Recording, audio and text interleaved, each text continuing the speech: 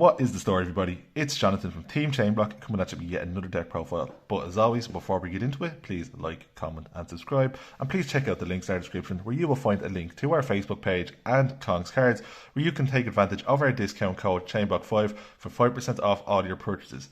Most recent set at time of recording is the new Battles of Legends reprint set where you can finally pick up your copies of Chaos Emperor Pendulum, Photon Lord, and if you really want it, the Gimmick Puppet. Yeah.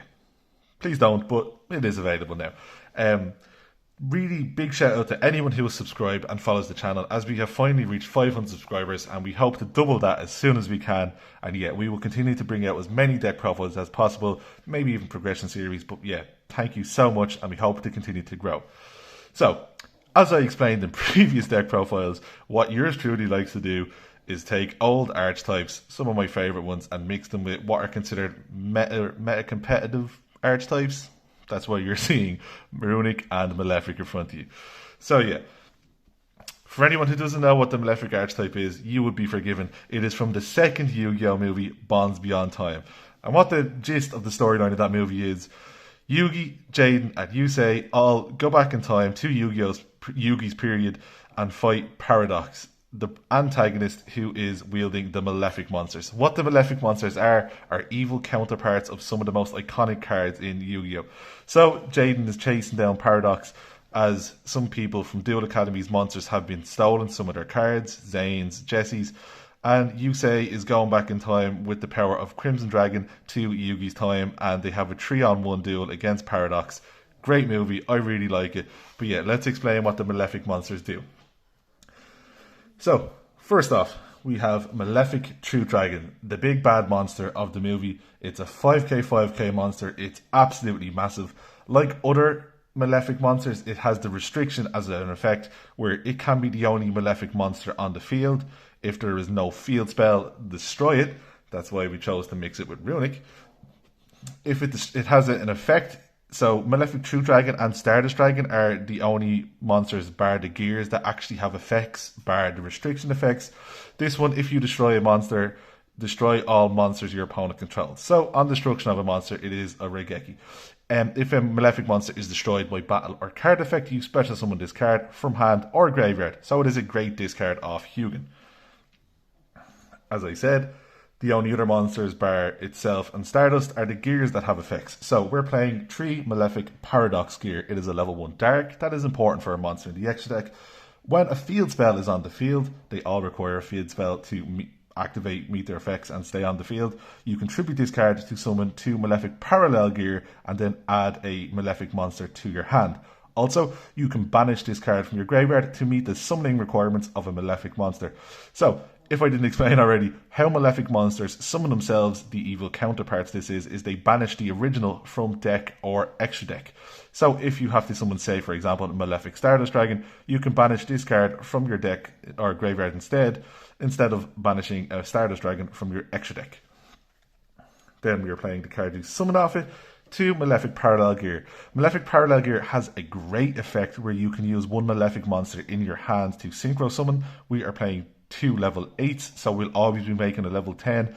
Unfortunately, it has a really weird effect where you can only use Malefic monsters in hand. Unfortunate, but not too bad, as one card makes you a level 10 synchro monster. Then we are playing 2 Malefic Stardust Dragon. As I said, these Malefic monsters are the only ones that have effects that aren't the restrictions. So, Malefic Stardust Dragon kind of shares the effect of its good counterpart, whereas if a field spell would be destroyed, you can do the Stardust thing and protect it. So, not like the original one where if anything is destroyed, you contribute it and come back, but still good. It can protect Runick, except from Cosmic Cyclone, but let's not go there. And then we are playing 1 Malefic Cyber End Dragon. One of the cards that Jaden is going back to get is Zane's Cyber End Dragon.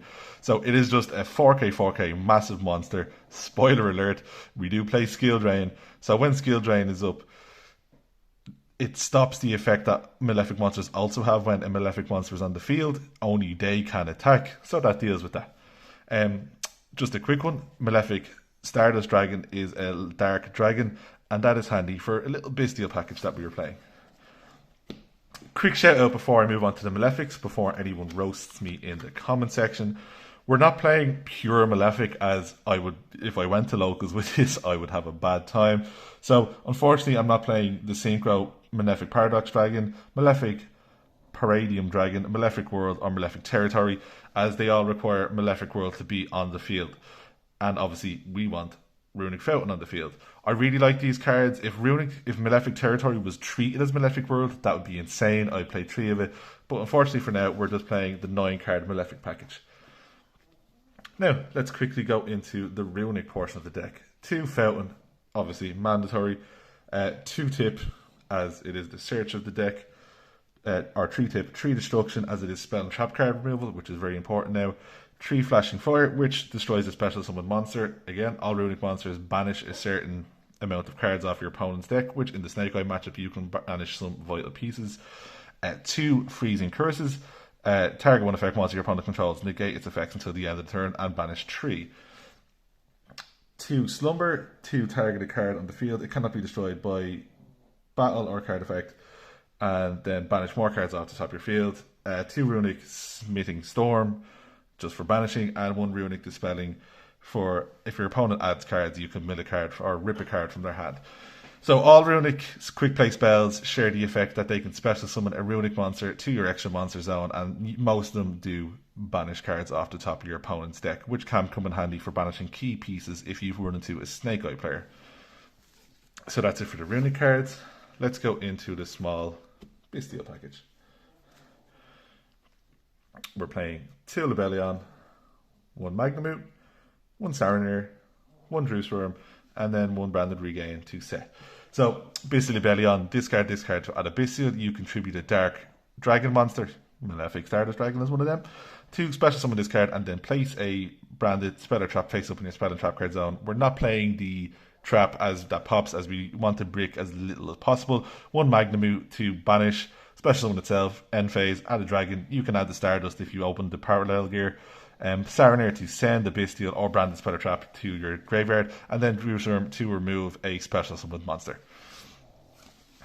Now, let's go into some non-engine. We are playing 1 Call by the Grave. It's a 41 card deck, and whenever my deck is 40 cards, just have to play Call by.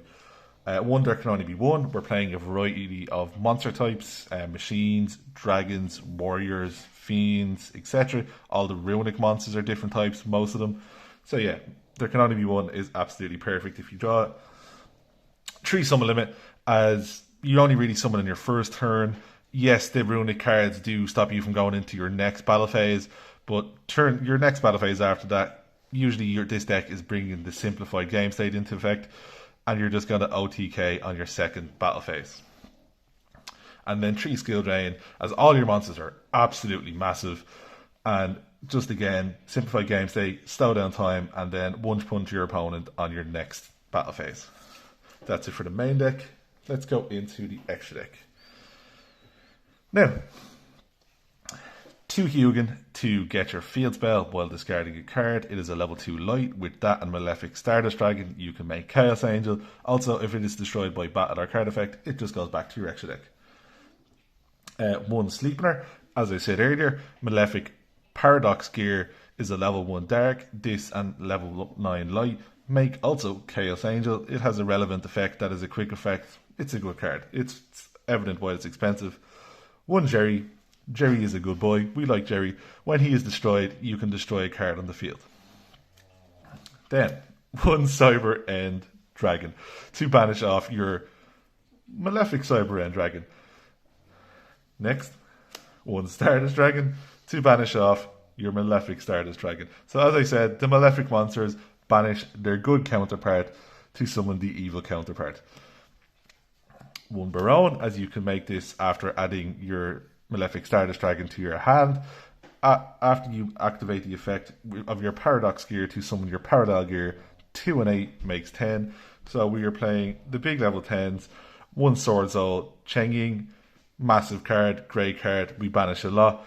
1 Dispatter, as it is a dragon that we're using as synchro material, and then 1 Chaos Angel, as it's very easy to make, and you can very easily in this deck make 1 Bystial Dispatter, 1 Chaos Angel, and then like a big Malefic monster to go in for game, again, as your second battle phase. 1 Link Rebo for the gear, 1 Donner to pop, 1 SP Little Knight at it's insane card, 1 Blackluster Soldier of Chaos, as we play a ton of different names and a lot of monsters that are level 7 or higher, and Chaos Angel and BLS are just really awkward for most decks to deal with at this point in time. And then 1 Super Star Slayer Typhon, as it's Typhon, you can summon it off a Malefic monster or Runick monster, and yeah, just bounce a card and then simplify the game state again even further. So that's it, guys. That is my Malefic Runick / Bystial deck. Please, Malefic players, if there is any floating around, don't roast me in the comment section. It's not pure, as I like to take these decks to locals, and just playing pure Malefic at locals means I'd probably have a bad time. But please, like, comment and subscribe, and see ya.